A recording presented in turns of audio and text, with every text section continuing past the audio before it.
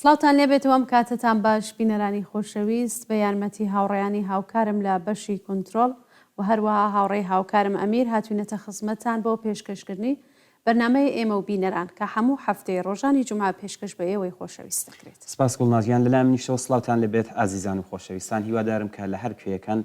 ساق و سڵامەت بن و مەجالی وەشتان هەبێت تا کۆتایی بەرنامەم هەفتەیەش بینەر و بیسەرمان بن هەر وەک ڕواڵی هەموو هەفتە ئەم بەرنامەیەش هەبەت زیاتر ئەو پرسیارانەی ئەو بینەرانی ئازیزمان کە نردویانە و زەحمەتیان کێشاوە لە خۆ دەگرێت. هەر لێرەوە دەچین سەر ئەو بابەتی ئەوڵمان گوڵناس ئەگەر موافق بی ئەو بە پێی راپۆرتانی کە خۆشت ئاگاداری بەدەست تەلەڤیزیۆنی کۆمەڵەوە گەیشتووە بڵاو کراوەتەوە سەرکوتگەرانی کۆماری ئیسلامی لە ماوەی یەک مانگی ڕابردوودا زیاتر لە 70 کەسیان لە کوردستان دەست بەسەر کردووە. دەست بەسەرکردنەکان لە باکوور و باشووری کوردستان و لە شوێنەکانی وەک کرماشان، ئیلام و سەرپۆلی زەهاو هاوکات لەگەڵ توندوتیژی و شکاندنی دەرگا و پەنجەرە و تاڵانکردنی مڵک و ماڵی شەخسی بەڕێوەچووە. لە شاری سنا 9 کەس لە هەڵسوڕاوانی کرێکاری بە بیانی و بەشداریکردن لە پرسەی دایکێکی خەباتکار بانکێشتی دادگا کراون. لە شاری مهابات لە هێرشێکی شەوانەدا 11 کەس دەستگیر کراون. دەست بەسەرکراوەکان لەگەڵ تۆمەتی بێبنەما و پەروەندەسازی بەرەڕووبوونەتەوە. دەست بەسەرکراون کە لە کاتی لێکۆڵینەوەدا ئەشکەنجە دراون و لە دەوا و دەرمان و چاودێری پزیشکی کە پێویستیان پێبووە بێبەشیان کردوون. زۆربەی دەست بەسەرکراوەکانیش پیا و گەنجن، بەڵام لە نیمیاندا تازەلا و کەسانی بەساڵاچوو،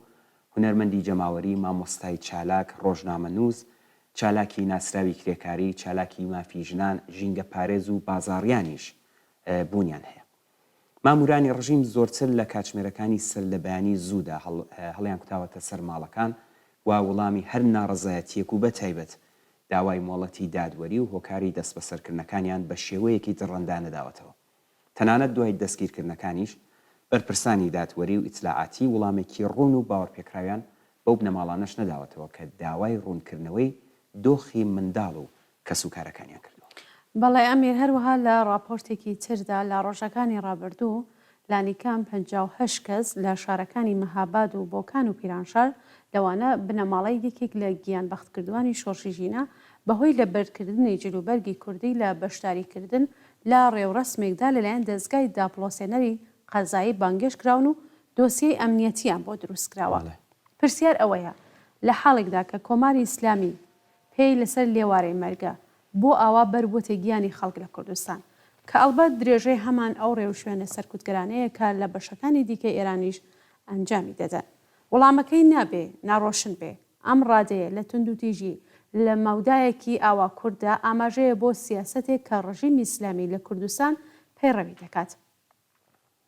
ئەم ڕێو شوێنانە لە کوردستان جگە لە سەرکوتکردن هاوکات دەتوانێت لایەنێکی پێشگیرانێشی هەبێت. قەیرانەکانی ڕژیم بەڕادەیەک قوڵ بوونەتەوە کە کۆمەڵانی خەڵکی وەگیان هاتوو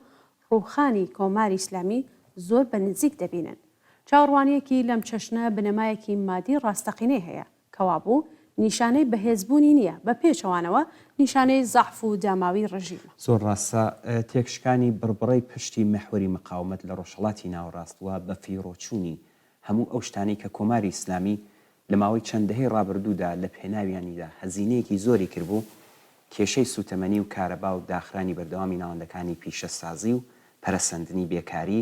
دابەزینی بەهای درا و بەرزبوونەوەی بەردەوامی نرخی دولار و بۆ هۆیەوە بەرزبوونەوەی نرخی کاڵا و پێداویستیەکان هاوکات لەگەڵ هەموو ئەمانەدا خۆڕاگری سەرکەوتوانەی ژنان، خەبات و مانگرتنی سەرتاسەری کرێکاران و خانەنشینان و هەروەها مانگرتن و ناڕزایەتی بازاڕیان ئیمکانی مادی ڕووخانی کۆماری ئیسلامیان فراهم کردووە. جگە لەوەش ئەم ڕۆژانە تەنانەت هەڵسوڕاوانی بزوتنەوە کۆمەڵایەتیەکان، هەڵسوڕاوانی سیاسی، کارناسان و بەشێک لە سیاسەتمەدارانی ناوخۆیی و دەرەکیش ڕووخانی بازنەی بەرتەسکی دەسەڵات بە ئەگەرێکی نزیک دەبینن و باسیشی لێ. بەڵێ ئەمیر دەبێ ئەوەش بێژین کە بەڕوونی هەست بەوە دەکرێت کە لە ناوخۆی دەسەڵات باڵێک بە هاوکاری ئیمپریالیستەکانی ئەمریکا و دەوڵەتەکانی تری ئوروپایی و هەروەها ڕۆژاوایی سەرقاڵی ئامادەکردنی ئالترناتیڤێکن لەسەرەوە بۆ جێگرەوەی بازنەی بەرتەسکی دەسەڵات. بەڵام ئەوان نەک هەر توانایی زاڵبوون بەسەر کێشە ئابوووریەکانیاندا و لە ڕوبەلدا ڕەمانە نییە، بەڵکو هەوڵ دەدەن بارگرانی قەیرانەکە هەرچی زیاتر بخەنە سەر شانی کرێکاران و خەڵکی نەدار و هەژارتریان بکەن.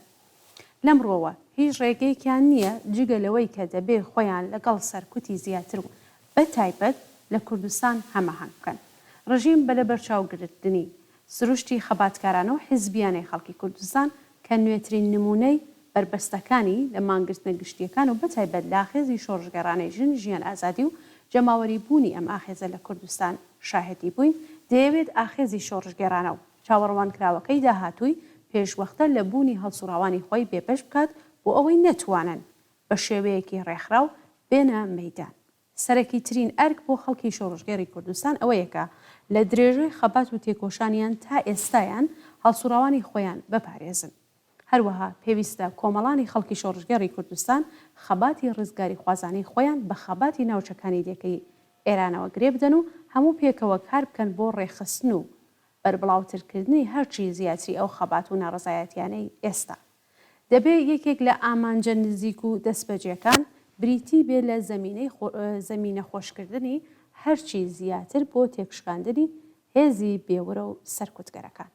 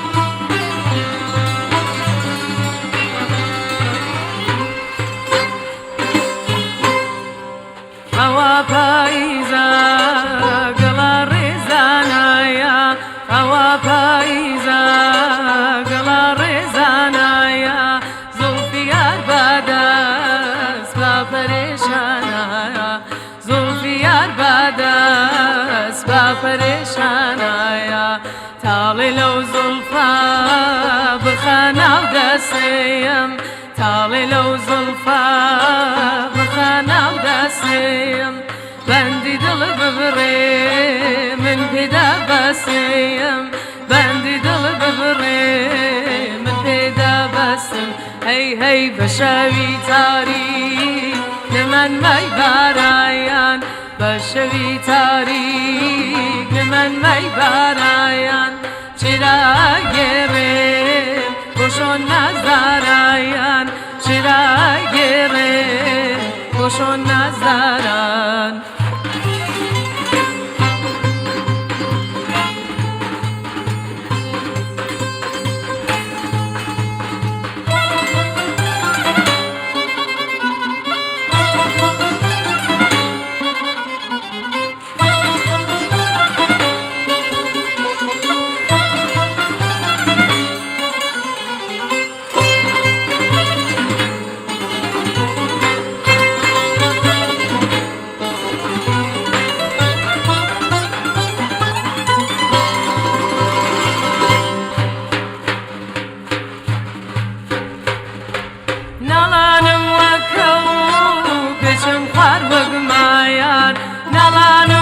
كورو كجم قرب ما يار القم دالادا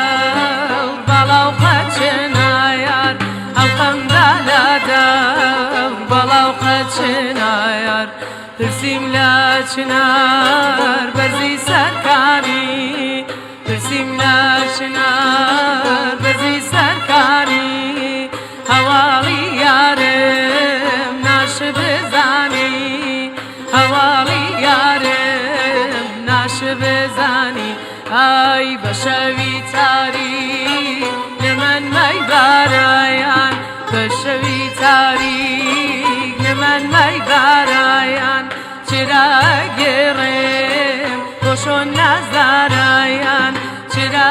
گرم بوشون نزارا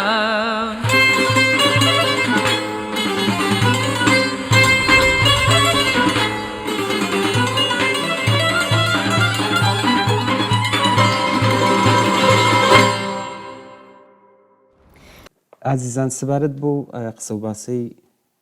کە لە سەرەتای بەرنامەکەدا باسمان کرد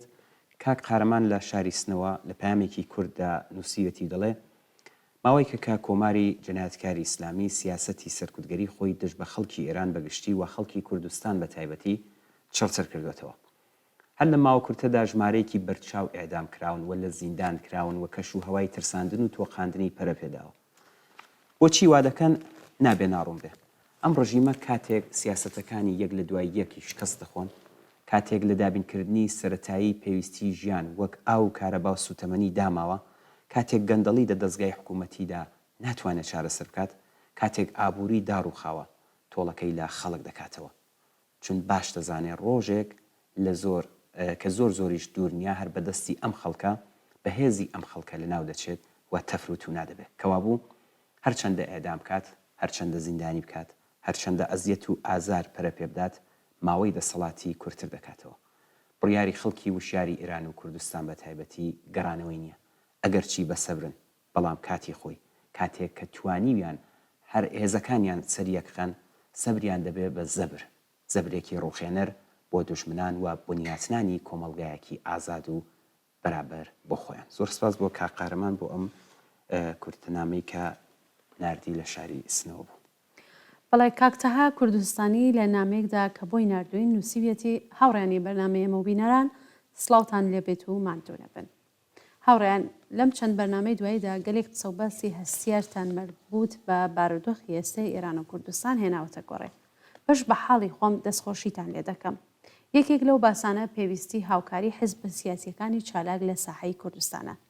داوام ئەوەیە ئەم باسانە پەرە پێ بدەن چون بە بڕوای من ئاڵوگۆڕەکان خەیران و ئەرکی سەرشانی حیزبەکانە کە ئامادەکی خۆیان و بزوتنەوەی شۆڕژگەڕانی کوردستان بگەێنە ئاسێک کە لە ئەگەری هەر پێش هاتێکدا خەڵکی کوردستان و بزوتنەوەکەیان بەهێز بێ و بتوانێت خۆی بە سەلامەت دەرباز کات و مافڕەواکانی بسەلمێنێ هاوڕێیان لە بەرنامەی پێشوودا باسی گرنگی ئەم ئامادەگیە و نەخش و دەوری لایەنە سیاسیەکانتان کرد پێم باشە ئەگەر مەجالتان هەیە لەسەر ئەو خاڵە سەرەکیانەی کە دەتوانن بنەمایەک بێ بۆ ئاوا کۆدەنگی قسە بکەن چون دەرهەر حاڵ خەڵکی کوردستان دەبێ بزانن کە حیزبەکان لەسەر چه بنەمایەک هاودەنگی دەکەن و مەجال بۆ دەخاڵەتی خۆیان ببینەوە بە سپاس هاوڕێتان تەها کوردستان بەڵێ لێرەشەوە ئێمەش نیت بەبوونی خۆمە زۆر سپاسی کاک تەهای خۆشەویست دەکەین بەسەر چاو ئێمە تێدەکۆشین بە کورتی و خاڵە سەرەکیانی کە بە بڕوای ئێمەش دەتوانێت ببێتە بنەمای هاوکاری حیزب سیاسیەکانی کوردستان لێرەدا باس دەکەین بەڵام با پێشتر جارێکی تر لەسەر زەرورەتی سیاسی ئاوا هاودەنگیەک ئێمە قسە بکەین گومان لەوەدانە کە کۆمەڵگای ئێران بەگشتی بە بارودۆخێکی قەیراناویدا تێپەڕ دەبێت کاریگەری ئەو بارودۆخە لەسەر چالاکی ئۆپۆزۆسیۆن چ لە ئاستی ئێران وە چ لە ئاستی کوردستاندا پێویستە بە وردی لێک بدرێتەوە و وەڵامی بەرپرسیارانەی پێ بدرێتەوە ئەوەندەی بە حیزب و ڕێکخراوە سیاسیەکانی چالاک لە کوردستان مربوط دەبێتەوە دیاریکردنی نەقشە ڕێگایەک بۆ هاوکاری و هاوئاهەنگی نێوان ئەو هێزانە لە بارودۆخی ئێستادا وەکو بابەتێکی چارەنووسسازی فەوری هاتۆتە گۆڕێکە پێویستە وەڵامێکی ڕاشکاوانە و بەرپرسیارانەی پێ بدرێتەوە ئەو وەڵامە پێویستە جەماوەری خەڵکی کوردستان یەکگرتووتر کات بە سەرکەوتن ئومێدواریان کات پێویستە خەبات بۆ ئازادیان ئاسان کاتەوە ڕەنج و ئازارەکانی ئەو ڕەوتیان بۆ کەم کاتەوە پێویستە ڕێگە نەدات ناکۆکیەکانی ناو کۆمەڵگەی کوردستان نابەوەخت و ناپێویست سەر هەڵبدەن. پێویستە ڕێگا لە داشکاندنی داخوازیەکانی خەڵکی کوردستان چاوبەستنی خەڵک بە چەند ڕفۆرمی ڕووکەش بگرێ. پێویستە ڕێگە لە سیاسەتی دووبەرەکینانەوە لە ناو حیزبە سیاسەکانی چالاک لە کوردستان لەلایەن دوژنەوە بگرێ. پێویستە لە پەیوەندی نێوان حیزب و لایەنە سیاسەکانی کوردستاندا کەش و هەوایەکی دموکراتیک و شارستانیانە بەخۆڵقێنێ لە ڕەخنەگرتنیان لە یەکتر ئاسایی بێت و زمانی زبر بەکار نەهێنرێت. لە پێناو هاوڵامێکدایە کە ئێمە پێمان وایە خاڵە سەرەکیەکانی ئەم هاوکاریانە دەتوانێت ئەم خاڵانەی خوارەوە بێ و هەروەها لە بەرچاو بگیرێت. یەکەمیان پێکاتنی کەش و هەوای دیالۆگ و گفتوگۆ، بەهێزکردنی ڕۆحی ڕەخنە و ڕۆشنگەری لە نێوان لایەنە سیاسیەکان و لە ئاستەکانی تری کۆمەڵگادا بە مەبەستی بەرەو پێشبردننی خەباتێکی سیاسی ئاشتیانە و شارستانیانی نێوان هێزەکان و چالاکانی سیاسی لە کوردستان. خاڵی دووهەم پابندبوون بە پرەنسیڤی ئازادی سیاسی بێمەرج وەک یەکێک لە بنەماکانی خەباتی سیاسی ئاشتی خوازانەی نێوان حیزب و لایەنەکانی کوردستان. سێهەم بابەت یا سێهەم خاڵ باشترە بێژمی پابندبوون بە مافەکانی دموکراتیک و حاشا هەڵنەگری جەماوەر لەوانە مافی دیاریکردنی چارەنووس، جیایی دین لە دەوڵات، یەکسانی ژن و پیا و لە هەموو بوارە کۆمەڵایەتی و سیاسیەکاندا مافی نەتەوەکانی دیکە و پاراستنی ژینگە و هەتت.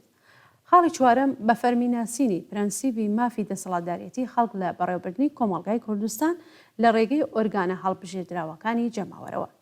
لایەنە سیاسیەکان تەنیا لە ڕێگەی هەوڵجان بۆ بەدەستێنانی متمانەی جەماوەر بۆ بەرنامەکانیان دەتوانن ڕۆڵیان هەبێت لە دەسەڵاتی سیاسیدا. پێنجمین خاڵ خۆبواردن لە هەر کردەوەیەکی تاکڕەوانە و پابندبوون بە بنەمای هاوکاری لایەنە سیاسیەکان. لەوانە دەتوانین ئاماژە بەوە بکەین کە هیچ لایەنێک بۆی نییە تاکڕەوانە لەسەر بەرژەوەندی باڵاکانی خەڵکی کوردستان واردی گفتوگۆ لەگەڵ حکوومەتی ناوەندی لە هەر شکڵ و قەوارێک بۆ خۆی بگرێت. ئەگەر لە هەلومەرجێکی تایبەت و دیاریکراودا دانوستان و گفتوگۆ لەگەڵ حکوومەت لە ڕووی سیاسیەوە پێویست بوو، دەبێت لەسەر ئەساسی بنەمای ڕێکەوتنێکی گشتگیر لە نێوان حیزب و لایەنە چالاکەکان لە کوردستاندا و بە بەشداریدانی نوێنەرانی جەماوەر بە هەر ڕادێک کە ئیمکانی هەبوو بێتە ئەنجام. هەروەها پێویستە میکانیزم و شێوازی بەرەو پێشبردننی ئاواپەیوەندیەک بە شێوەی هاوبەش دیاری بکرێت. شەشمین خاڵی جەختکردنەوە لەسەر سیاسەتی بەکارنەهێنانی چەک لە ناکۆکیە سیاسیەکاندا. ڕاگەیاندنی پابندبوونی بێمەرج بە ئاوابەڵێنێک بە کۆمەڵانی خەڵکی کوردستان بە مەبەستی دابینکردن و پابندبوون بە وەهاو سیاسەتێک پێویستە هێزی چەکداری حیزبەکان دوای ڕوخانی کۆماری ئیسلامی لەژێر کۆنترۆڵ و ڕێنمایی ئۆرگانە هەڵبژێردراوەکانی خەڵکدا بن. بڵێ تا ئەو کاتێک کە ئەم ڕێکەوتنە شکلێکی گونجاو و ڕێکخراو بەخۆی دەگرێت بۆ بەکردەوە دەرهێنانی هاوکاری دوولایەنە و چەندلایەنە و گشتگیر لەو بوارانەی خوارەوەدا دەبێت هەوڵ بدرێت.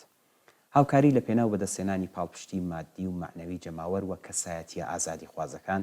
حیزب و دامەزراوە پێشکەوتن خوازەکان، ڕێکخراوە کرێکاریەکان و گروپ و ڕێکخراوە مرۆیەکان لە سەرانسەری جیهان بۆ بزوتنەوەی مافوازانەی خەڵکی کوردستان. دانانی لێژنەیەکی هاوبەش بۆ بەرەو پێشبردننی ئەم بابەتە لە دەرەوەی وڵات. ئەمانە و لەوانەیە هێندێک خاڵی تر بە بڕوای ئێمە دەتوانێت بنەمای ڕێکەوتن بۆ هاوکاری نێوان لایەنە سیاسیەکان چاو لێ بکرێت.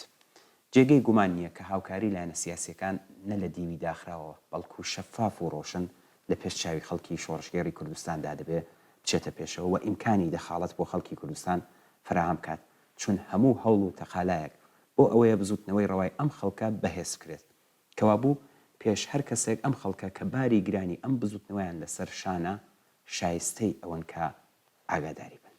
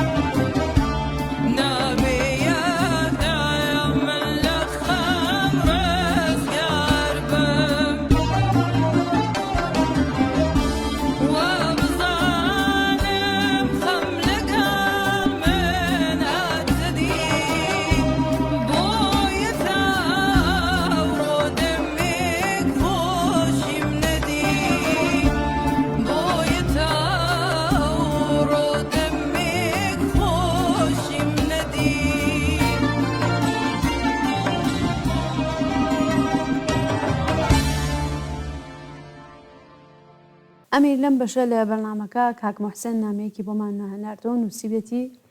کە ڕاگەیاندنەکەی ئەردۆغان سەبارەت بە هێزەکانی سووریەی دموکراتیک و بەوەی کە ئەردۆغان ڕایگەیاندووە کە هێزەکانی سووریەی دموکراتیک یان دەبێت چەکەکانیان ڕادەست بکەن یا خۆل لەگەڵ چەکەکانیان دەیانێژن جەوهەری فاشیزمی هەوسار پچراوی دەوڵەتی تورکیە نیشان دەدات. لە سەردەمێکدا کە مانتەقی هێز و ملهوڕی بووە بە سیاسەتی ڕاگەیاندراوی هێزەکانی ناوچەکە و هەروە هێزە جیهانیەکان ئیتر هیچ سەرپۆشێک پێویست نییە بۆەوەی کە ئەم حکوومەتانە ماهیەتی درۆزنانەی خۆیان و هەروەها دژە ئینسانی لە ژێریدا بشارنەوە.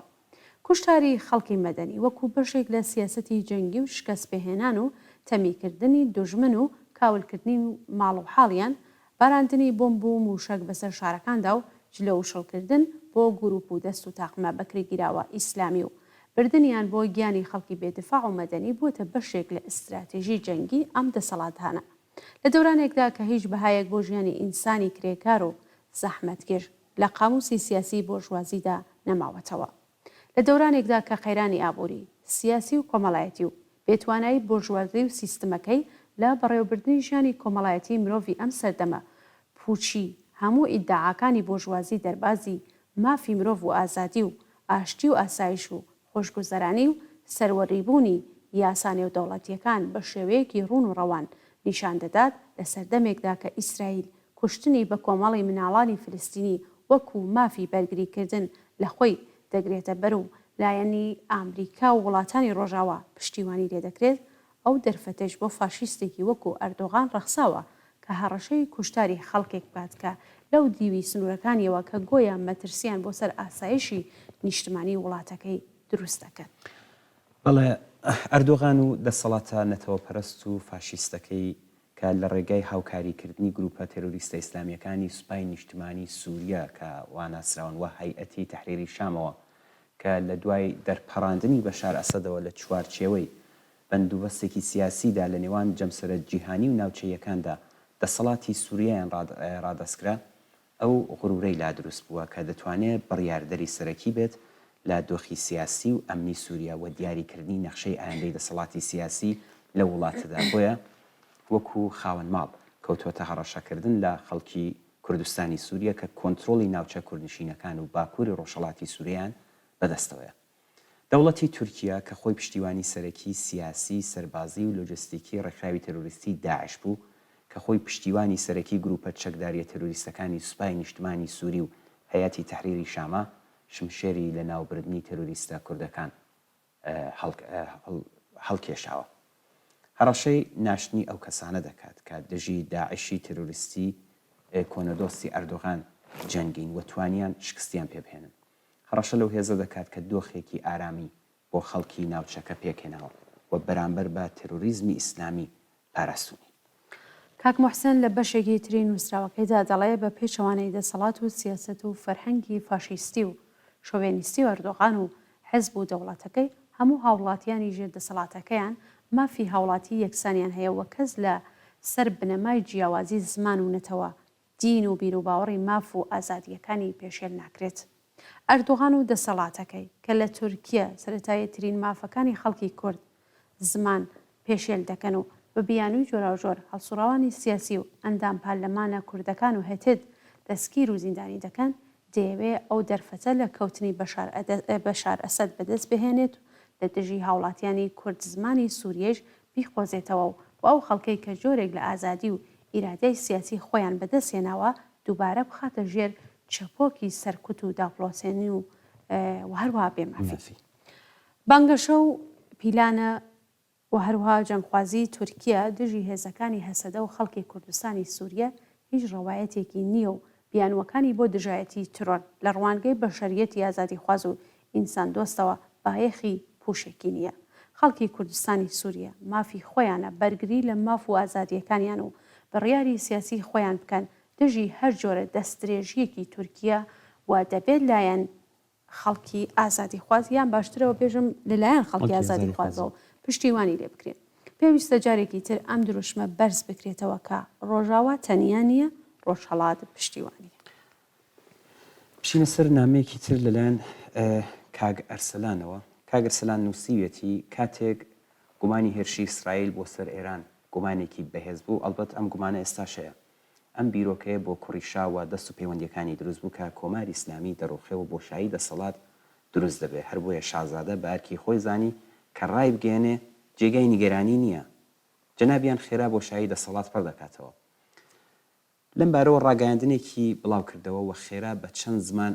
وەرگێردرا. بەڵام بەم حاڵەشەوە ئەم ڕاگەیاندنە دەنگدانەوەی زۆری بە تایبەت لە ناوخۆی ئێران نەبوو. کاگ ئەرسەلان لە درێژەی نووسراوەکەیدا دەڵێت دایانگرانی بنەماڵەی پەهلەوی پەیامی کوڕیشیان بە مێژووی وەسف کرد کە ئەگەر ئەم قسەیە بە جددی وەرگرین مانای ئەوەی کە ئێمە دوای ئەم پەیامە پێدەنینە دەورەیەکی تری مێژووی کە لەگەڵ دەورەی پێشتری خۆی جیاوازی بەرچاوی هەیە. یان لانیکەم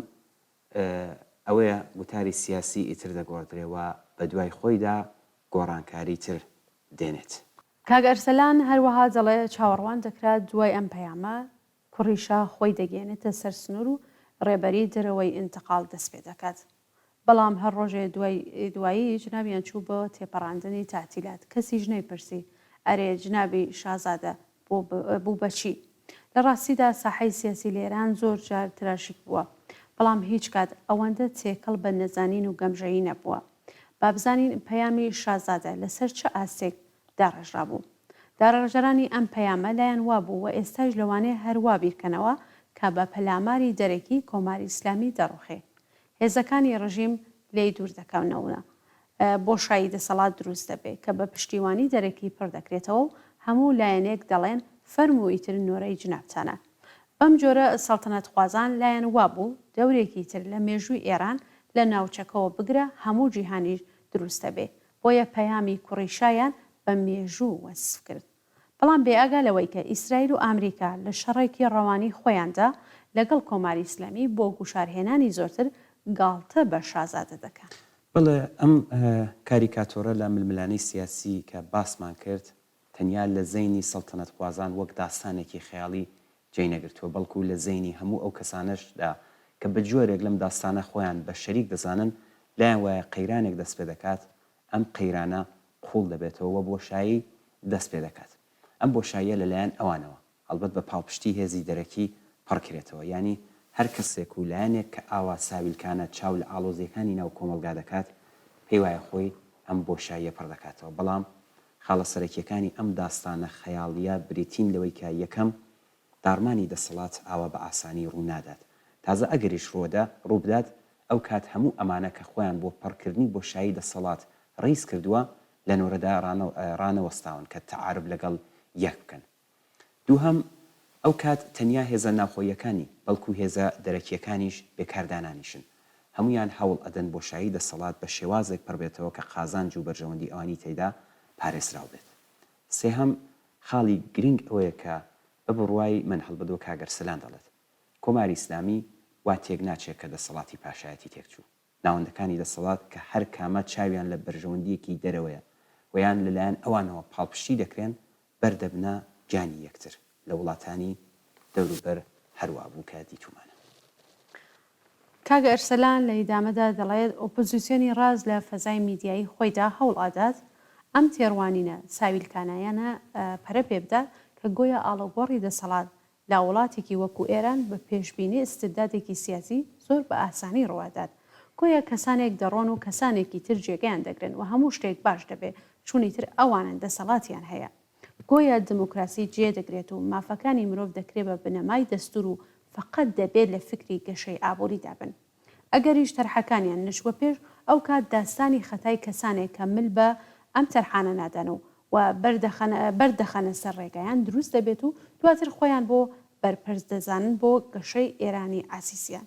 بەر بە نەیاریانیان بگرن و ئەو داستانە سەرکوتگەریە تیکرار دەبێتەوە هەر بۆیە ئەمانە هەمویان بە ئەن قەست قسە لە بەرەندازی دەکەن بەڵام باسی شۆڕش و ڕاپەڕی ناکەن چون شۆڕشی جەماوەری لە ئێران بەم داستان و ئاکامانەی ڕازی نابێ و لە ژیانی خۆیدا چەند جار ئەم داستانانەی ئەزمون کردووە کە جگە لە ئیدامەی بێمافیان و جەماوەری ناڕازی لە دەسەڵاتی کۆماری ئیسلامی هیچی تر نییە تەنیا خوازیاری گۆڕینی چەند کەس لە سەرەوەی دەسەڵات نین لەوە زۆر گرنگتر خوازیاری گۆڕینی بنەڕەتین لە ژیانیان و مافەکانیان کە تەنیا بە لاچوونی چاقمێک و هاتنی چاقمێکی تر پێناکەن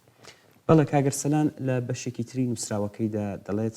ئەوەی ڕاستی بێ من پێم وایە تەنانەت بەرەندازی ئەو جۆرە لەم داستانە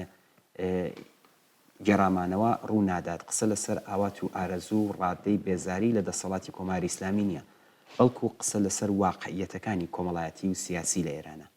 ململانی کۆمەلگا و دەسەڵات سەنگەر بە سەنگەر دەچێتە پێشەوە ئەوەی وا لەم ململانەیەدا کۆمەلگای بەهێز کردووە تەنیا زعفی حکوومەت لە دەرەوە وەشکستی سیاسەتەکانی لە دەرەوە نەبوو بەڵکو مقاومەتە کە بێوچان هەروە ئیدامەی بووە و هەر جارێش هەنگاوی بەرەو پێشەوە ناوە بەری ڕاست پێی وایە کە کۆماری ئیسلامی چون هێزە نیابەتەکانی لە ناوچەکە کەس بووە زەعیف بووە ئەمە هەڵەیە کۆماری ئیسلامی زەعیف بووە چون لە ناوخۆ لە بەرامبەر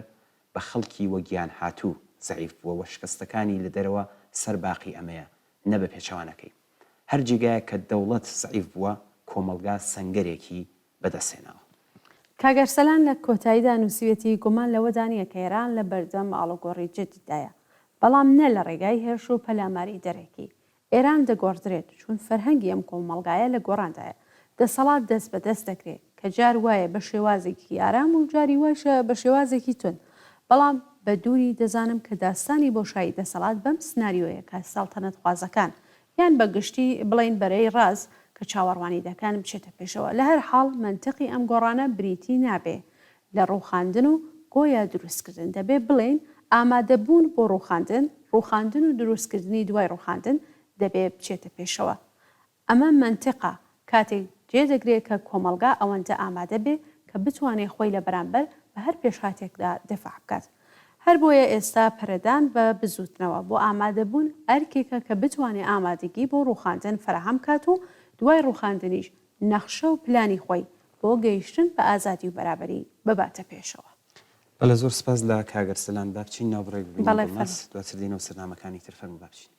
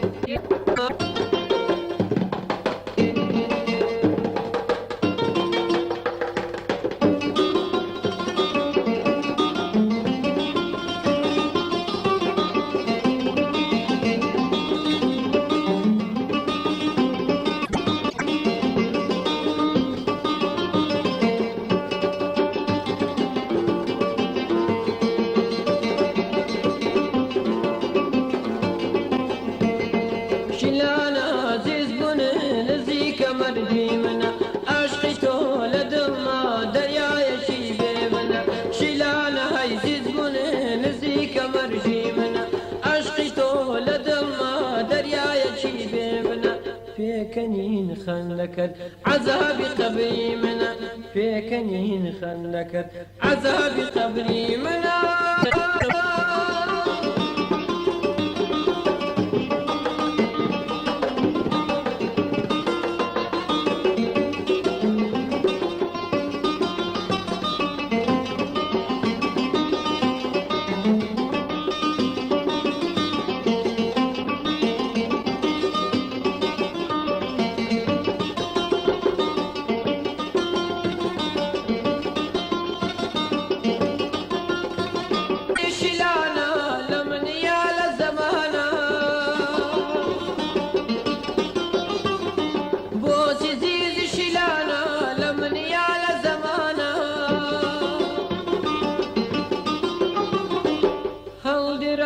شوانم کردم بدوانا هول دراوی شوانم کردم بدوانا شیلانا عزیز بونه نزدیک مرجی منا عشقی تو لدم ما دریای شیبه منا شیلانا عزیز بونه نزدیک مرجی منا عشقی تو های منا فيكنين خلكت عذابي قبري منا فيكنين خلكت عذابي قبري منا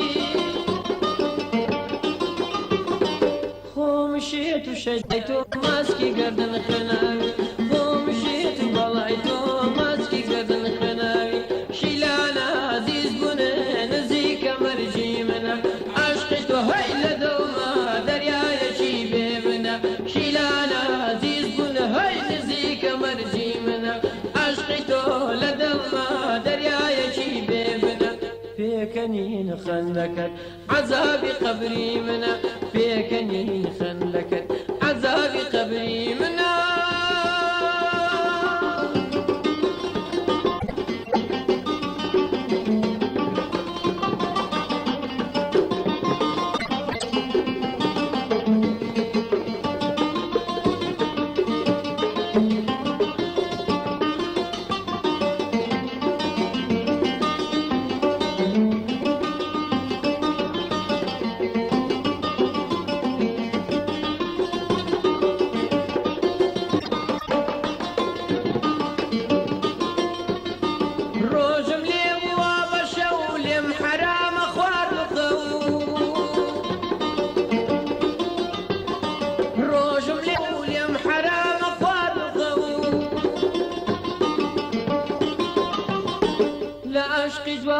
تودا چستانا کم وکوکو لعشق زواری تودا چستانا کم وکوکو شیلانا بزبونه لزیک مرجی منا عشق تو هی لدلما دریای شیبه منا شیلانا بزبونه هی لزیک مرجی منا عشق تو لدلما دریای شیبه منا فيكنين خلكت عذابي قبري منا فيكنين خلكت عذابي قبري منا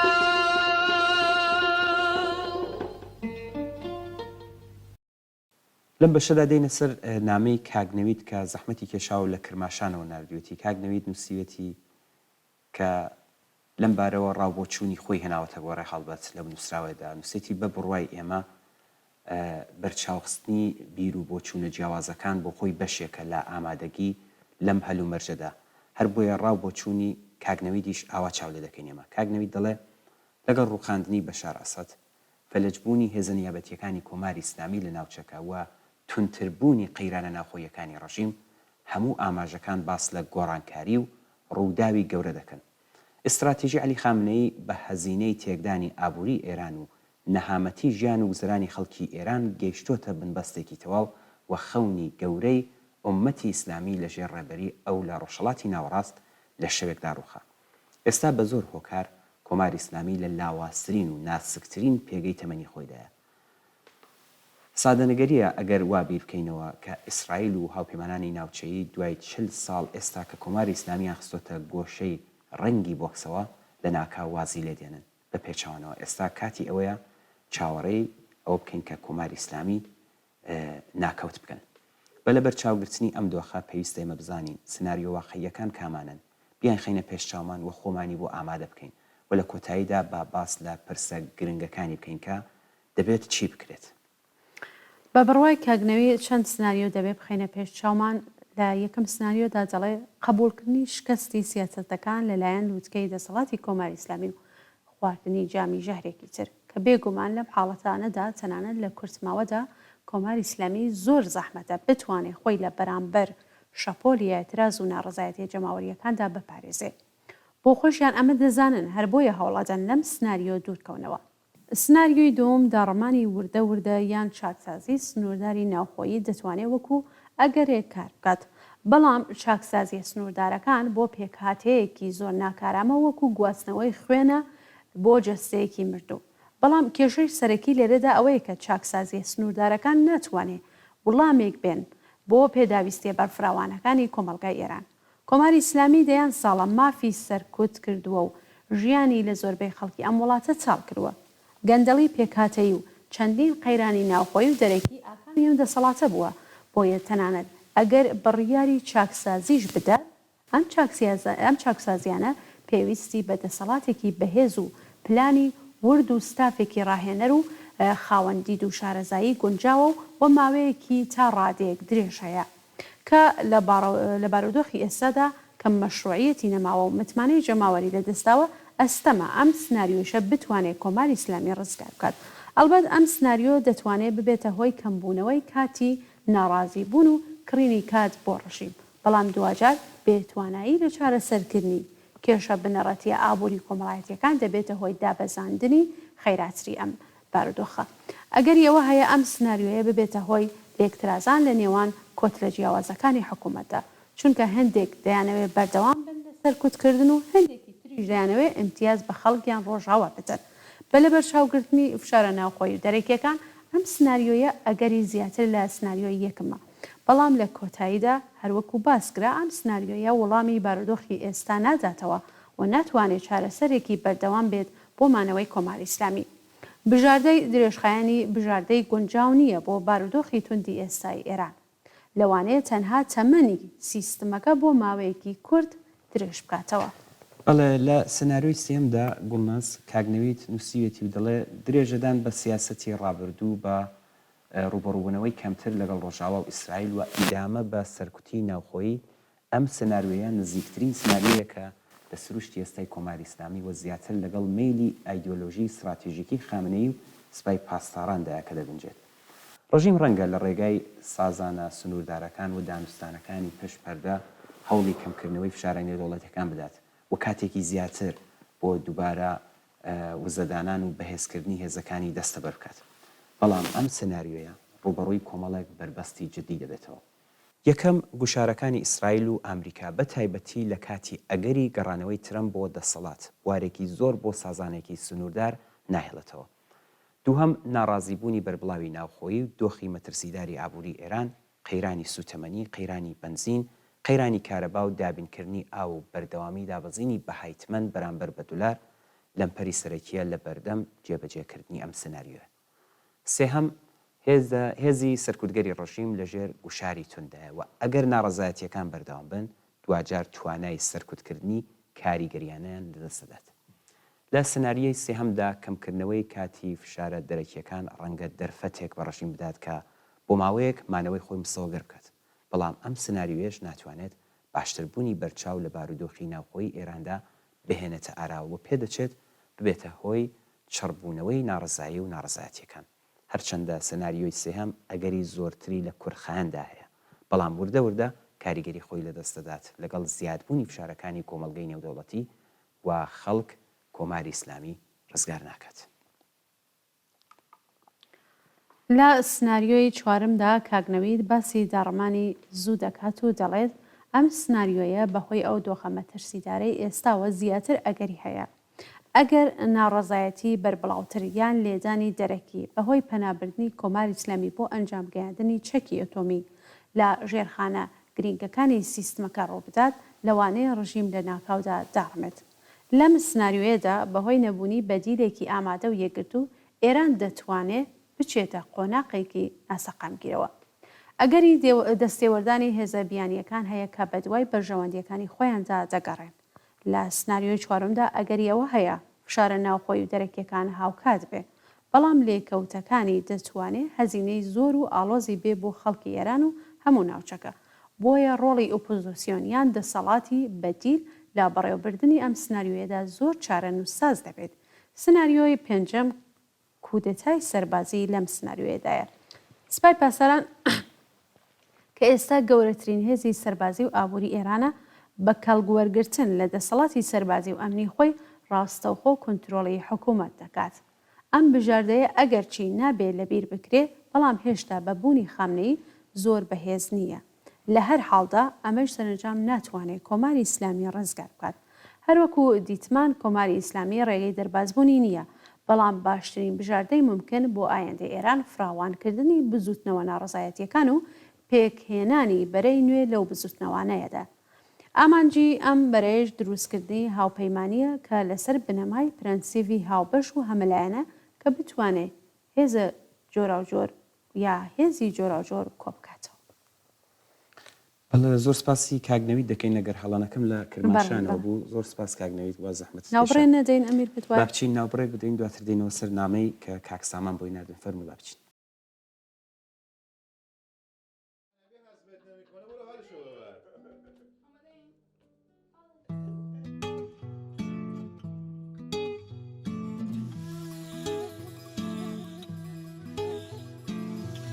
نگه کردم من جا کلید و چه پا دیاره در باز کن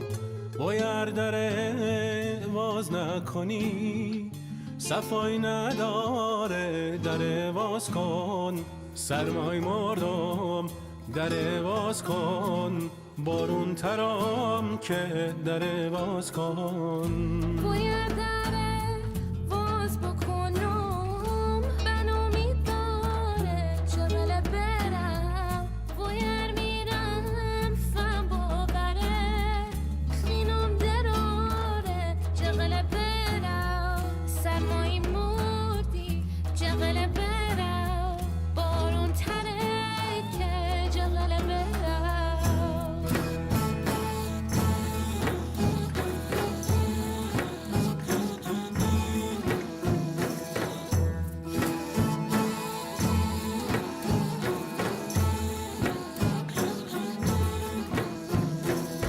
وای پوشیدی شلوار پی دونه چاچ دار در باز کن وای سر کیف قدم زنی و مین بازار در باز کن سرمای مردم بل بیام اوا در باز کن سرمای مردم وای پوشیدم شلوار پی سی تو چاره چغل برم وای تا انا رنشکنی مزه نداره چغل برم کوله حرام چغل برم شهر رد کنه چغل برم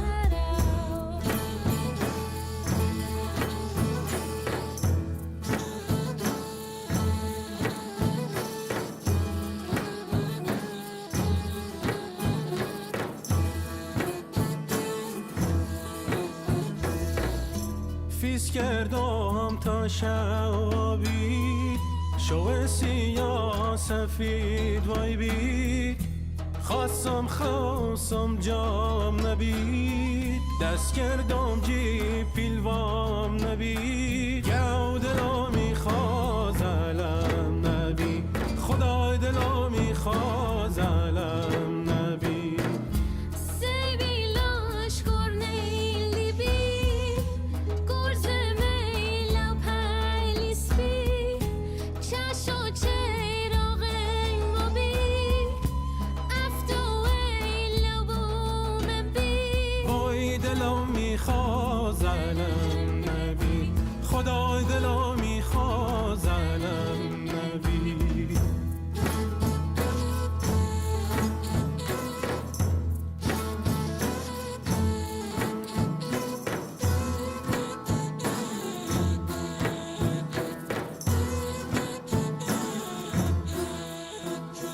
وای سر کردم من نیم دری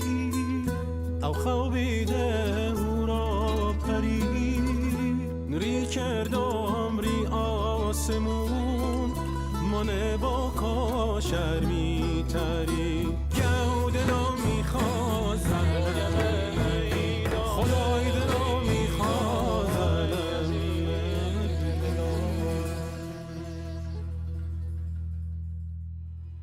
بەڵێ گوڵناسەر وەک پێشتر باسم کردینە سەرنامەی کاک سامان کە لە هەورامانەوە بۆی نردوین سەرەتا دەستخۆشی لێ دەکەین. کاک سامان نووسەتی لە تلوزیۆنی کۆمەڵەدا بیستم کە دوو ژن لەلایەن داواکار و هاوژینەکان لە سنە و نەهاوەند کوژراون. هەڵبەت ئەمە ئەوەڵ جار نییە کە ئەم جۆرە هەواڵانە بڵاو دەبێتەوە. ڕۆژ نییە هەواڵی توندوتیژی لە نێو کۆمەلگادان نەبیستین یان نەیخوێنینەوە. بەڕاستی پێتان بڵێم ڕادەی توندوتیژی لە نێو شەقامدا زۆر هەڵکشاوە. بۆچی وایە و بۆ ڕادەکەی تااقەتی خەڵکی ئەوەندە کەم بۆتەوە. سپاس دەکەین لە کاکسامان بۆ نامەکەی بە ئێمەش بڵێن سزای لە سێدارەدان سزای گرتن و ئەزیەت و ئازاردان لە زیندانەکان کە چڕتر بەردەوامە بخەمە پاڵ ئەو ڕووداوانی کە لەسەر شەقامیان لە نێو بنەماڵەدا بەدی دەکرێن. وەختێک ئەم هەموو توندوتیژیە نواندنە دەخینە پاڵ یەک بۆمان دەردەکەوێت کە توندوتیژی لە کۆمەلگای ئێران کاتی نییە، یعنی کاتی نییە، بە پێچەوانە ساختاریەوە بەشێکی گیانەکراوە لە دەسەڵاتی دیکتاتۆری لە ئێرانە. بێگومان ئەم حاڵەتانە کە ئێمە دایانبیستین یان دەیانبینین تەنها بەشێکی کەمن لەو توندوتیژیانی کە راپۆر دەکرێن. ئەم وەزعیەتە وەک شاخێکی سەهۆڵین کە لە ئاودا نخم بووە، هەمیشە بە شاراوایی دەمێنێتەوە، چونکە توندوتیژی سیستماتیکی هێزە سەرکوتگەرەکانی حکوومەت بەرامبەر چینی ژێردەست هەژار ستەملێکراو خەڵکی کەم دەرامەت، ژنان، نەتەوەکانی بندەست و کەمینە ئاینیەکان و کەسانی تر کردەوەیەکە کە زۆر جار و بەردەوامیش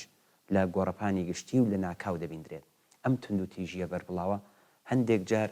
نەرم و هەندێک جار بێبەزەیانەیە، هەندێک جار شاراوە و هەندێک جار بەرچاو، بەڵام هەموو ڕەهەندەکانی بە تەواوی پیشان نادرێت. بەڵێ ئەمێر من ئیزافە بکەم بەو قسانە لەم بەرنامە. بەڵێ بۆ خشەماکەکەم بەسرا بوو. من ئەوە ئیزافە بکەم لەو ڕۆژەی کە ئەو دوو هەواڵەمان بڵاوکرێتەوە لە تەلەڤیزیۆن زیاتر لەوە توندوتیژی بەرامبەر بە ژنان ڕووی داوە، هەروەها دوێنێ پێنجشەممە ژنێک بەدەستی هاوسەرەکەی کوژراوە، دوو کچ خۆیانیان هەڵواسیوە. دیارە ئەم ئامارە ڕۆژ بە ڕۆژ زیاتر دەبێت.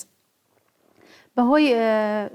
پێکهاتەکان یان ساختاری سیاسی و کۆمەڵایەتی و ئابووری نایەکسانیەوە دروست دەبێت. ئەم توندوتیژیەوە زۆر جاریش بە شێوەیەکی ناڕاستەوخۆ نهێنی دامەزراوە و تەنها دەرکەوتەکانی هەندێک جار لێرە و لەوێ خۆیان نیشان دەدەن.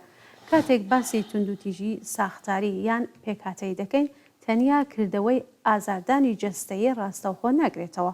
بەڵکو لە چۆنیەتی دەستگەیشتن بە سەرچاوە و دەرفەت و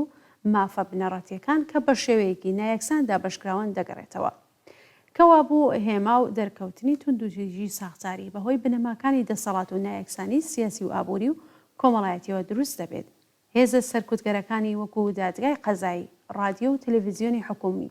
سپای پاسداران و هێزی پۆلیس و ئەو کەسانەی وەکو ئامرازێکی جێبەجێکاری دەسەڵاتی سیاسی و ئابووری بەرپرسیارن لە پاراستن و سەقامگیری ئەم دەسەڵاتە سەقامگیرە کە نایەکسانیەکانی لە فۆرمی جۆراوجۆری سیاسی و ئابووری کۆمەڵایەتیدا جێگیر دەکەن. بۆیە بەکارهێنانی توندوتیژی دژ بە کەسە پەراوێزخرا و بێبەشەکان و ژێردەستەکان لەلایەن ئەو هێزانەوە کە باسمان کرد، قوربانی ئەم توندوتیژیە لە پێشدا کۆمەڵێک گروپ و چینی کۆمەڵایەتین کە لە چاوی حکوومەت و هێزەکانی سەرکوت و بەرپرسەکانیاندا بەبێ بەرگری و بێ پشتیوانی دادەنرێت. یان لە دامودەستگاکانی سەرەوەی دەسەڵات نوێنەراتیان نییە و یان نوێنەریان نییە و لە ئەنجامدا یاسا و ڕێساکان و ڕەفتاری ئەو دامودەستگایانە زاڵن بەسەر کۆمەڵگادا و هەروە پشتیوانی ناکەن. بڵێ گوتاری زاڵ کە پاساو بە دابشکردنی نایەکسانی دەسەڵات سەروەت و سامان دەهێنێتەوە بە شێوەیەکی بربڵاو توندوتیژی بەرامبەر بە قوربانیەکانی ڕێگەخات. ئەم گوتارانە بە شەریعەتدان بە توندوتیژی دروستکردن و بەهێزکردنی ڕق و قین، پاکانەکردن بۆ سەرکوتی سیاسی، بەهێزکردنی پلەبەندیە کۆمەڵایەتیەکان، دروستکردنی ترس و خۆف، بوار بۆ توندوتیژی سیستماتیک دژ بە قوربانیەکان دابین دەکات. بەواتایەکی تر کاتێک توندوتیژی بۆ بەشێک لە دەسەڵات هەر ئەم دەسەڵاتە تێدەکۆشێ، فەرەنگی تونوتیژی بکات بە فەرهەنگی زاڵ لە کۆمەلگا هەموو کەسێک لە یەک بێگانە بکات و متمانە بەیەک نەکەن و بێباوەڕی بەیەک پەرەبسێنێ یان بە جۆرێکی تر بڵین کاتێک ئاسایش و هێمنی بە شێوەیەکی نایەکسان دابەش دەکرێن ئەم نایەکسانیە لە دابشکردنی سەلامەتی و ئاسایشی گشتی دەگەڕێتەوە بۆ پێک هاتە کۆمەڵایەتی و ئابووری و سیاسیەکان کە بە قازانجی گروپە باڵادەست و دەسەڵاتدارەکان و بە زیانی چینی خوارەوە کار دەکەن ئەم نایەکسانیە ڕاستەوخۆ تونوتیژی پۆلیس لە دژی چینی خوارەوە و کەمداهات ژنان کەمینەنەتەوەی و ئاینیەکان بێدەسەڵاتەکان پەراوێزنشینی شارەکان و گروپەکانی دیکە کە بە کەسانی دەرەوەی بازنەی دەسەڵات هەژمار دەکرێن یان هیچ شوێنێکیان لە هەرەمی دەسەڵاتدانیا دەدات.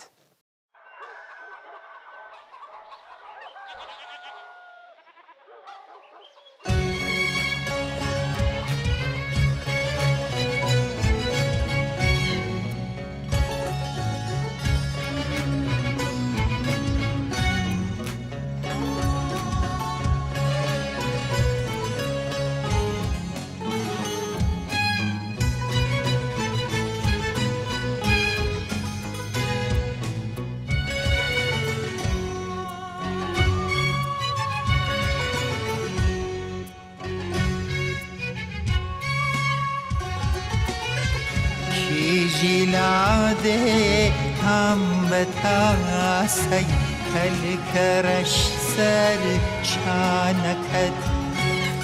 هم به تاسی دم بیانی بوی تنوری نانکت هم به تاسی بانی میخک توی ترنجی شابکت رنگی سخمه و سینه پوش و بازنه و خرخالکت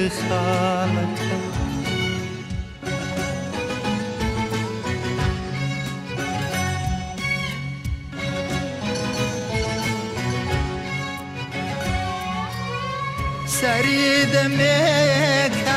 دوری لبالت والله شعرانا جين جين تجين تشاوكابن غير ويا خير الشريف سريد ميكا دوري لبالك والله شعرانا جين جين تجين شاوكابونم غير ويا خير الشريم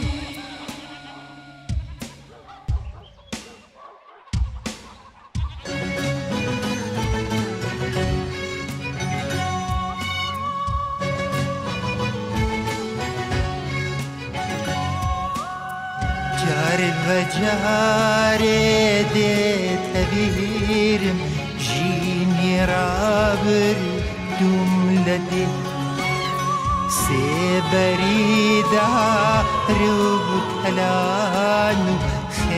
خزلاني دوريري خرخوري فير مسكي حزرك جال چاوم ديت خور بخمو با وقتی سرگر دان مگریم زار زار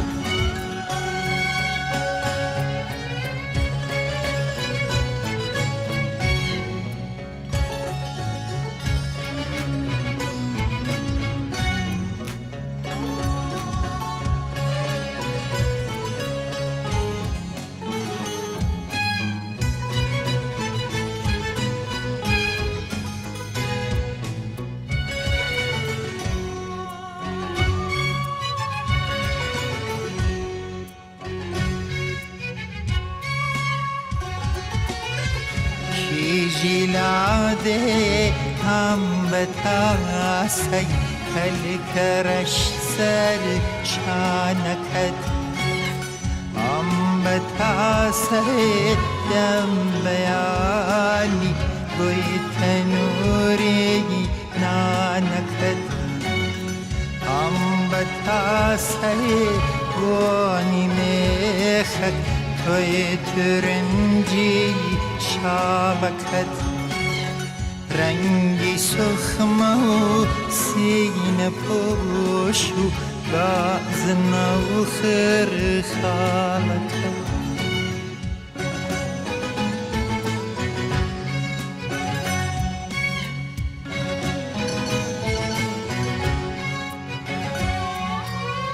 دڵتەنگم بۆ دیویا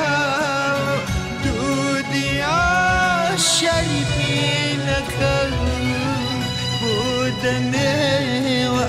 رانی حەوش و سۆزی مەردووشینەکەت دڵتەنگم بۆ دیویا دوودیا شەریفینەکەت بۆ دەمێوە رانی حەوش و سۆزی مەردووشینەکەت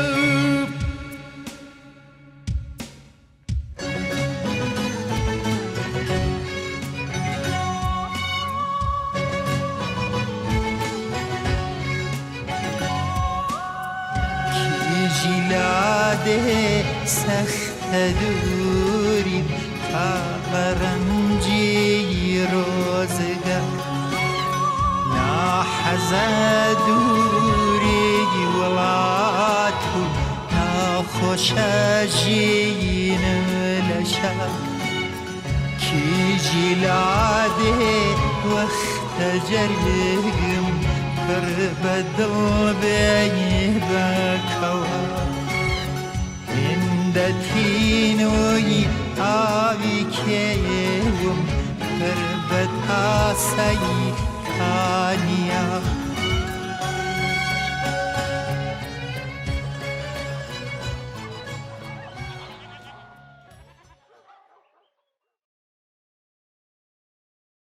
شاراوانیە کە دەسەڵاتی کۆماری ئیسلامیدا توانایی و هێزی سەرکۆت بە شێوەیەکی نەشیاو لە دەستی وەلی فەقیە و ئەو دامۆزراوانەی پەیوەندیدار بەوە کۆبووەتەوە. ئەم کۆبوونەوەیە دەسەڵات دەبێتە هۆی پێشتگوێخستنی بەژەوەندی و مافی ژێردەستە و کەسانی دەرەوەی بازنەی دەسەڵات. هەروەها ئاسایش و سەلامەتی وەکو کاڵایەکی گشتی لەم سیستمەدا بە پێی دووری و نزیکی لە ناوەندی سەرەکی دەسەڵات دابەش دەکرێت. هێزی سەرکۆت وەکو ئامرازێکی جێبەجێکاری ڕژیم پابەندە بە پاراستنی ئەم پێکاتە و سیستمە و لە ئەنجامدا بەرامبەر بە هەر گروپێک یان کەسێکە هەڕەشەی بۆ سەر ئەم سیستمە هەبێ. توندوتیژی و هێز بەکاردەهێنێت. زۆرجار توندوتیژی جەستەیی گوتاری باڵادەست لەسەر بنەمای دروستکردن و بەرهەمهێنانەوە ترساندن و تۆقاندن کاردەکات. ئەم تۆقاندن و ترساندنە دەتوانێت ترسی ناسەقامگیری کۆمەلگا لە دەستانی ئاسایش و ئیخلاق، پەلاماری کولتوری ڕۆژاوا، خەیانەت لە شەهیدانی دیفاعی مقدس، لاساری ژنان لە دەستانی ئیسلام، لێشاوی کۆچبەران، ترس لە جیاوازی کولتور یان ئاین و ترس لە هەڕەشەی ناوخۆیی یان دەرەکی لەخۆ بگرێت. ئەم گوتارە دەتوانێت چالاکانە هانی هێزەکانی سەرکوت بدات بۆ ئەنجامدانی توندوتیژی دژی ئەو گروپانەی کە وەکو سەرچاوی ئەو ترسانە دەستنیشان کراون. گوتاری حکومڕانی دەتوانێت پلەبەندیە کۆمەڵایەتی و ئابوووریەکانی ئێستا بە پیرۆز دەربخات و پاساو بۆ ئەو نایەکسانیانەی کە هەن بێنێتەوە. ئەم گوتارە بە زۆری بە قازانجی گروپە باڵادەست و دەسەڵاتدارەکان کار دەکات و خەڵک هەژار و ژێردەستەکان لە ڕووی کۆمەڵایەتی و ئابووری و سیاسیەوە لە پۆستە نزمەکاندا دادەنێت.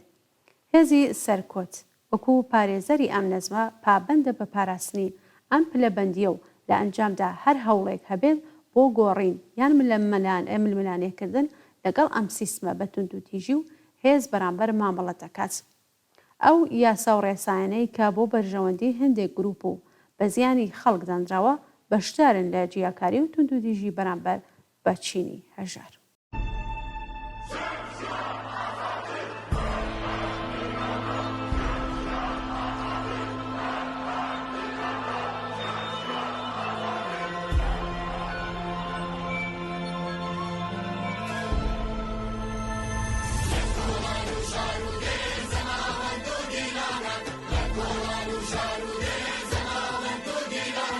شنجیان آزاد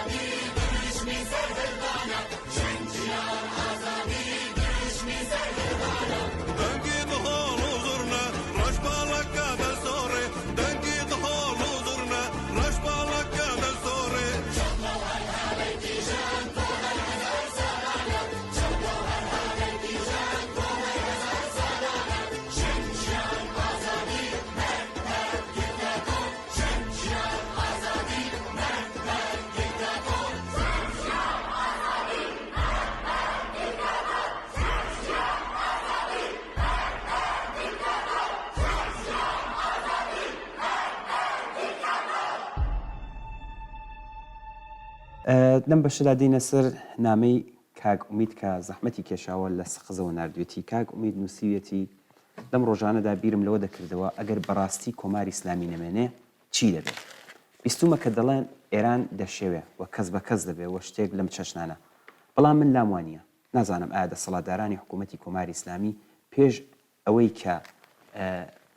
یەکە بەیەکە بدرێن بە دادگا و لێپرسینەوەیان لێ بکرێ کە وەڵام دەرەوەی ئەو هەموو جنایەتانە بن کە لە ماوەی ئەم 46 ساڵەدا ئەنجامیان داوە شوێنێکیان هەیە بڕۆن یان نە. شاید بۆ مسکۆ یان پێکەن یان کۆریای باکوور یان لەو شوێنانەی کە بە پارەی ئەم خەڵکە کڕیویانە و لایەن خستووە. من پێیان دەڵم بڕۆن وەک بەشار ئەسەد فقەت بڕۆن. من بۆ قازانجی ئەوان قساکەم خەڵکی ئێران لایەن تووڕن ئەم تووڕەیە گاڵتەی پێ ناکرێ جاکەیفی خۆیانە هەر هەڕەشە بکەن بگرن بکوژن.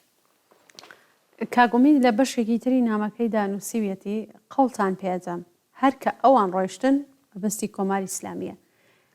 یان بەڕق و بێزاری بێ ئەو پەڕی خەڵکەوتن دۆلار دادەبەزێ تەحریمەکان لا دەچن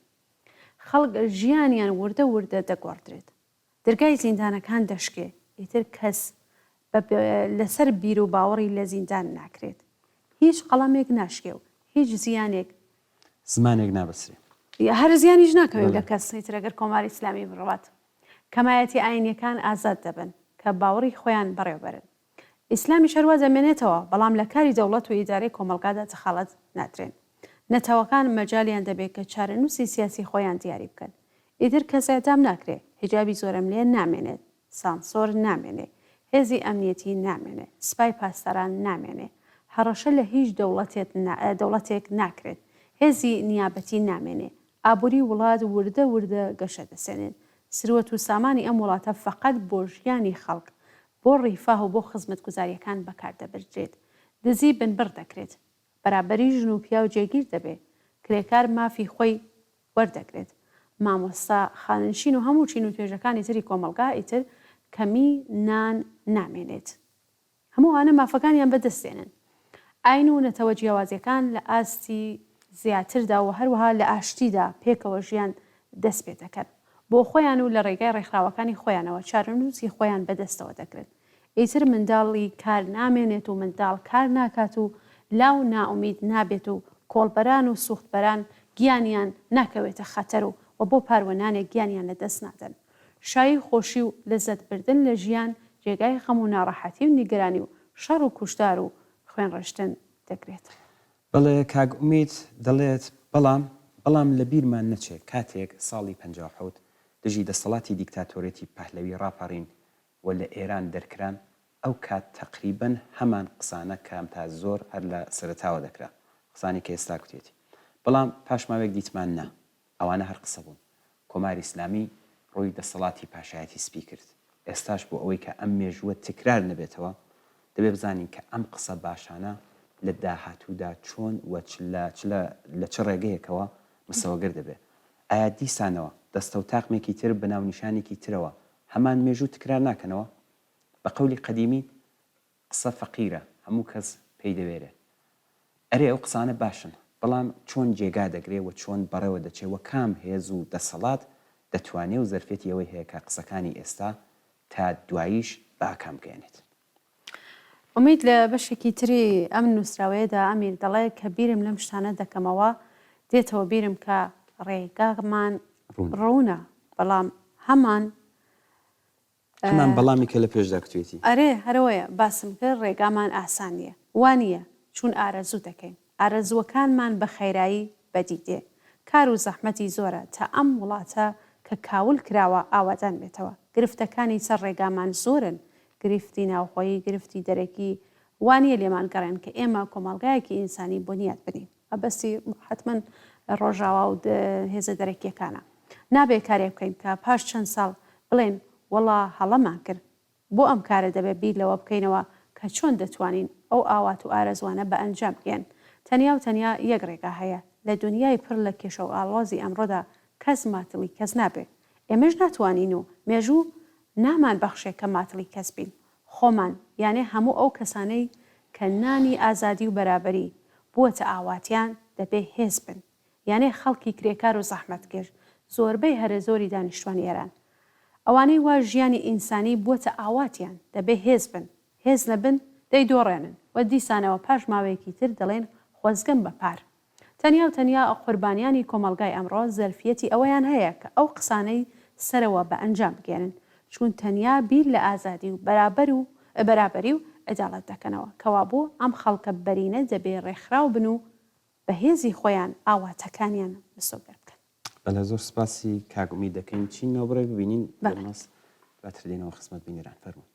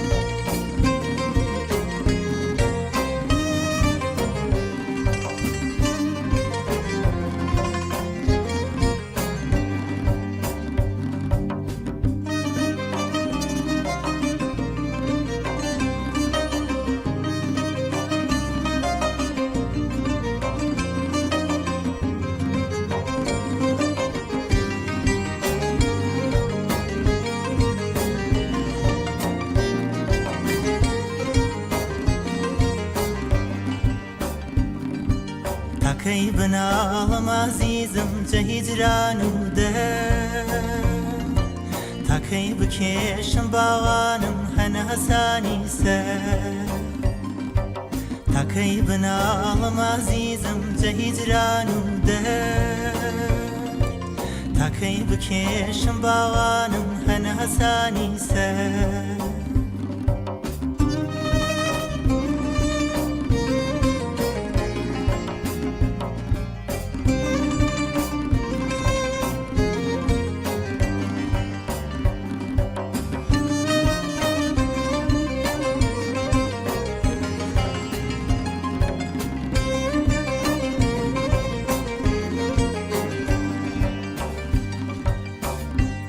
چون بواتم خدای بانسایا یا مرگ یا تاقد یا وصلی دلبر یا مرگ یا تاقد یا وصلی دلبر تاکی چاوانم جیاد خوبا برزك والي لم رفيقي شوبا برزك والي لم رفيقي شوبا نخوى بردار عزيزم نبن الرازي نفتوى شرع باوانم نحكمي قاضي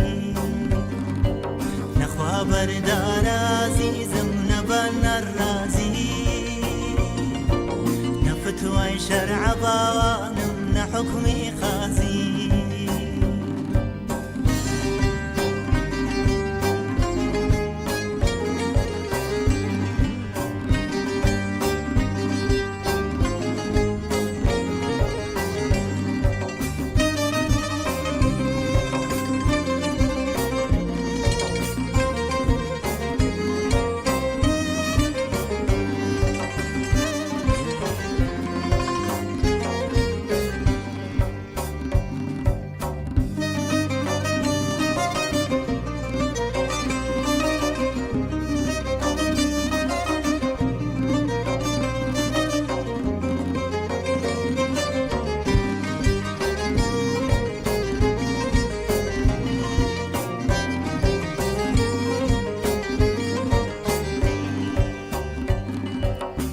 جباڵای تۆ عزیزم مەیل وەک کەس نییە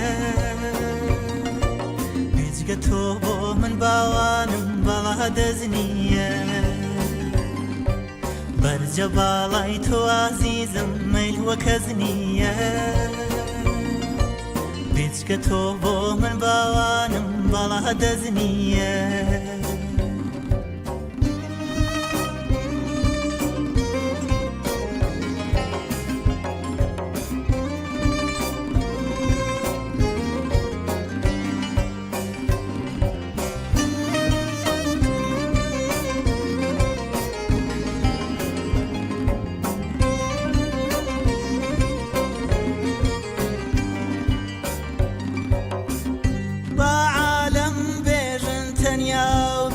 قسايا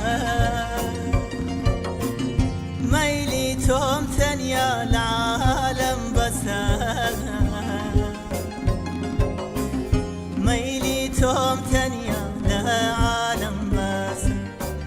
بسن هاي بسن سزام كافية تشيني زياتر بين صافية تشيني زياتر بين صافية نخوى بردار عزيزم نبن الرازي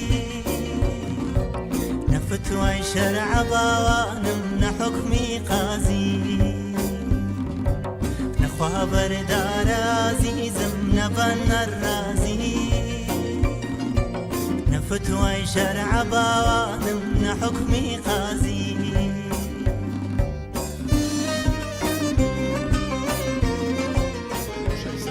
ماڵاوایی لە ژیانی لایەنگرێکی کۆمەڵە لە گوندی دانا. زۆر بەداخەوە ڕۆژی دووشەممە 16 بەفرانباری 1403 هەتاوی یەکێک لە لایەنگرانی کۆمەڵە و حزبی کۆمونیستیەران کاک محەممەد موراد زەمانی دانا لە تەمەنی 72 ساڵیدا بۆ هەمیشە ماڵاوایی لە ژیان کرد. کاک محەممەد موراد کەسایەتێکی ناسرا و زەحمەتکێش و کرێکارێکی وشیار بوو. کاک محەممەد موراد لە ساڵی 1360 هەتاوی بەدەیانجار بەهۆی ئەوەی کە برایەک و کوڕەمامێکی لە ناو ڕیزەکانی هێزی پێشمەرگەی کۆمەڵەدا بوون زیندانی و ئەشکەنجەکرا بوو. لە ساڵی 1364 هەتاوی لەگەڵ بنەماڵەی مامی لە گوندی دانا ناچار بە کۆچی زۆرە ملێکران کە بەهۆی خۆڕاگری خەڵکی گوندەکە پاشەکشێ بە سپای پاسەران کرا و دووبارە کاک محەممەد و بنەماڵەی مامی توانیویان لە گوندی دانا نیشتەجێ ببنەوە. کاک محەممەد موراد کەسایەتێکی ناسرا و خۆشەویست و جێگەی متمانەی خەڵکی ناوچەکە بوو و تا دووە هەناسەکانی لە ژیان بە ئارمان و ئامانجەکانی کۆمەڵا وەفادارمایەوە. هەروەها شایانی باسەکە کاک تەرمەکەی کاک محەممەد لە گوندی دانا بە بەشداری سەدان کەس لە خەڵکی ناوچەکە و گوندەکانی دەوروبەری بە خاکسپێدرا. ئێمەش بم بۆنەوە هەر لێرەوە لە بەنامەیە ئێمە و بینەرانەوە پڕبەدڵ سەرخۆشی خۆمان ئاراستەی بنەماڵەی کاک محەممەد موراد زەمانی دانا و هەموو خزم و دۆستانی دەکەین و خۆمان بە شەریکی غەمیان دەزانین. یادی ئازیزی بەرز و بەڕێز بێت.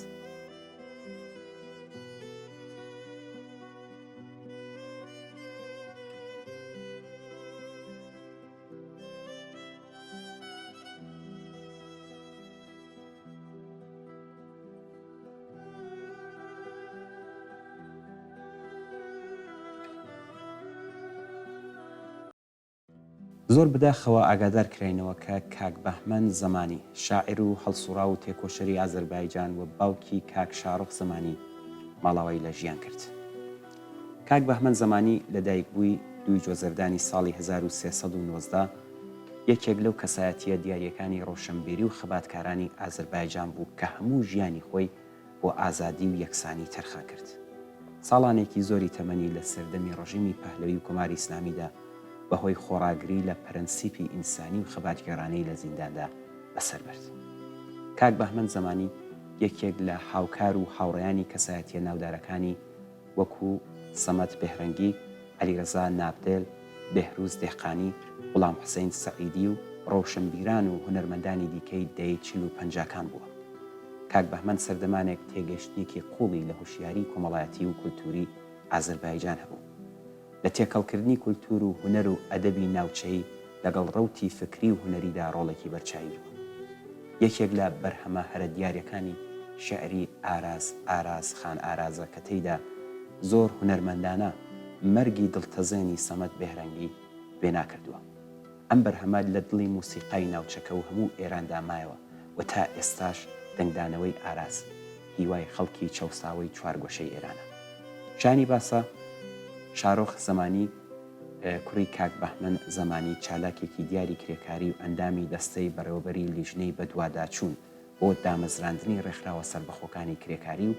یەکێک لە دامەزرێنەرانی سندیکای کرێکارانی بیناسازی و نیگارکێشان بوو.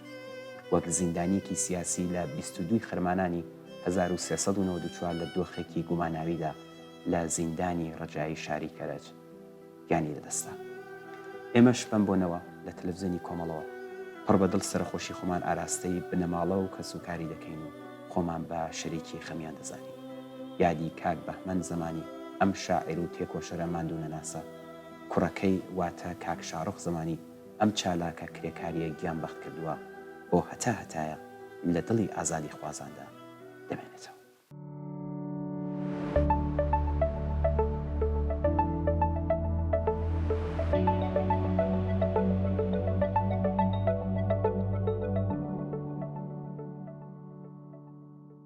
بەڵێ ئازیزان و خۆشەویستان بەم جۆرە گەشتینە کۆتایی بەرنامەی ئەم هەفتەی ئێمە و بینەرانیش زۆر سپاس بەوەی کە تا ئێستا لەگەڵمان بوون دووبارە چاوەڕێی نامە و ئیمەیل و پەیوەندی تەلەفۆنی ئێوەین بۆ هەرچی زۆرتر ڕازانەوەی بەرنامەکەی خۆتان